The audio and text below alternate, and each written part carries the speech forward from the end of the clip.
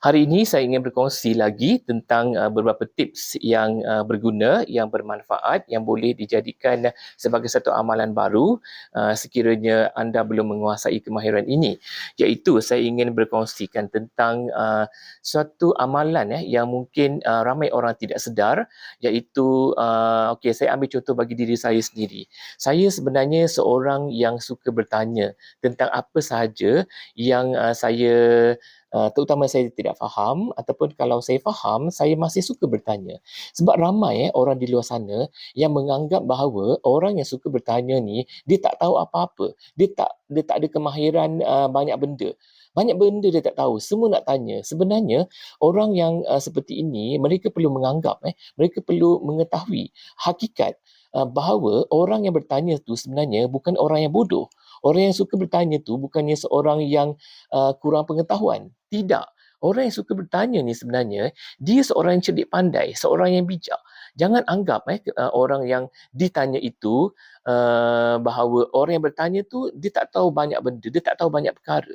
Sebenarnya macam saya sendiri walaupun saya dah tahu benda itu, saya suka bertanya lagi sekali. Pertama sekali tujuannya untuk mendapatkan kepastian.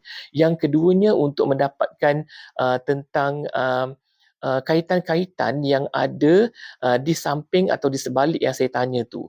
Sebab kalau kita tanya satu perkara, orang itu akan menjawab bukan satu perkara. Biasanya dia kaitkan dengan perkara-perkara lain. Sebab itulah bila kita tanya tentang satu perkara, orang itu bagi jawapan dan jawapan tu bukannya satu sebenarnya. Jawapan tu ada jawapan-jawapan yang lain sebenarnya di samping jawapan atas soalan utama yang kita tanya tadi. Jadi di sini saya ingin berkongsi tentang uh, satu amalan ataupun yang boleh kita praktikan, yang boleh kita amalkan, iaitu rajin-rajinlah bertanya, kerana pepatah Melayu pun ada berkatakan malu bertanya sesat jalan, dan kepada orang yang ditanya tu pula sila buang mentaliti anda bahawa orang yang bertanya tu sebenarnya bukan orang yang bodoh, tetapi orang yang sebenarnya lebih cerdik pandai daripada dia.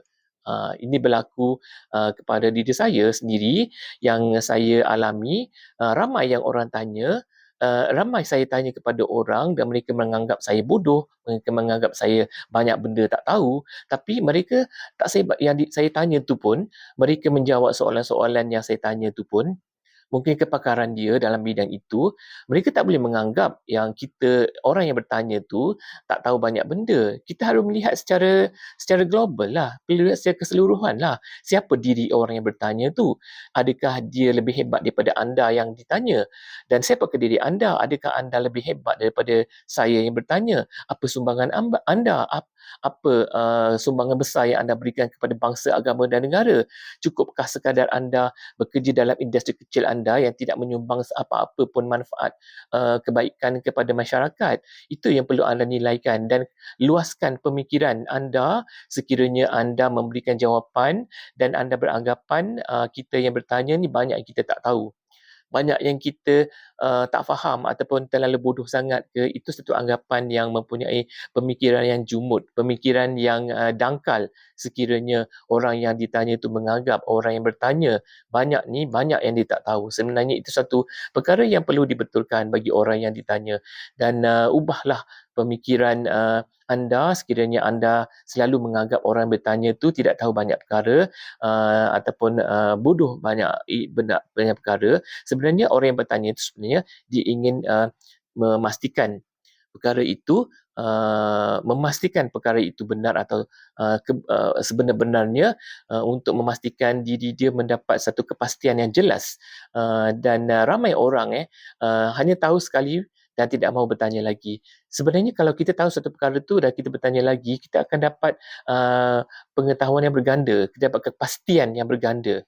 Dan ini bukan satu kebodohan untuk tanya banyak kali. Jadi kepada sesiapa sahaja yang mungkin ada sifat dan sikap seperti ini, sila ubah mentaliti anda.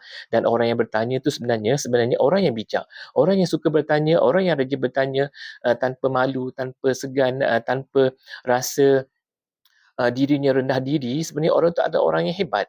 Dia banyak bertanya, dia dah banyak ilmu, dia masih nak bertanya. Sebab dia nak kumpul seberapa banyak ilmu, seberapa banyak pengetahuan berbanding dengan orang yang suka menjawab saja dan tidak mahu bertanya. Mereka jawapan itu adalah pengetahuan mereka dalam bidang yang cukup kecil itu saja, tapi tidak menguasai banyak kemahiran dan ilmu pengetahuan yang lain. Jadi ini merupakan satu kemahiran yang saya rasa perlu difikirkan oleh sesiapa sahaja yang mungkin ada kelemahan dalam aspek ini, untuk mereka baiki diri anda. Itu sahaja perkongsian daripada saya. Semoga dapat memberikan manfaat kepada semua yang menonton video ini. Ikutilah video-video saya yang lalu dan video-video saya yang akan datang. Semoga dapat memberikan kebaikan-kebaikan bersama. Sekian daripada saya, Syahri Osman, pengasas Syahri Education. Assalamualaikum warahmatullahi wabarakatuh.